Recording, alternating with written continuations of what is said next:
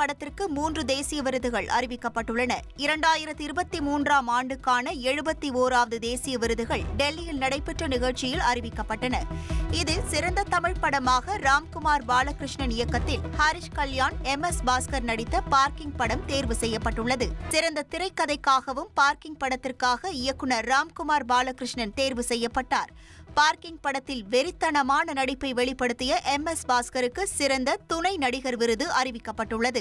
இதேபோல வாத்தி படத்தில் சிறப்பான பாடல்களை கொடுத்ததற்காக GV பிரகாஷ் குமாருக்கு சிறந்த இசையமைப்பாளருக்கான தேசிய விருது அறிவிக்கப்பட்டுள்ளது. தமிழில் வெளியான லிட்டில் விங்ஸ் என்ற ஆவணப்படத்திற்காக சரவண மருது, சவுந்தரபாண்டி மற்றும் மீனாட்சி சோமன் சிறந்த ஒளிப்பதிவாளர் விருதுக்கு தேர்வு செய்யப்பட்டனர். சிறந்த கலை மற்றும் கலாசார ஆவணப்படத்திற்கான விருது ஆங்கிலத்தில் உருவான டைம்லெஸ் தமிழ்நாடுவுக்கு வழங்கப்பட்டது. இயக்குநர் கமக்யா நாராயண் சிங் தமிழ்நாடு முழுவதும் சுற்றுப்பயணம் மேற்கொண்டு இந்த ஆவணப்படத்தை உருவாக்கியிருந்தார். ட்ரெண்ட ஃப்ரெண்ட் ஆக்கிக்கோங்க. தந்தி டிவியின் சப்ஸ்கிரைபர்ஸ் அண்ட் ஃபாலோவர்ஸ் குடும்பத்துல நீங்களும் இணையுங்க.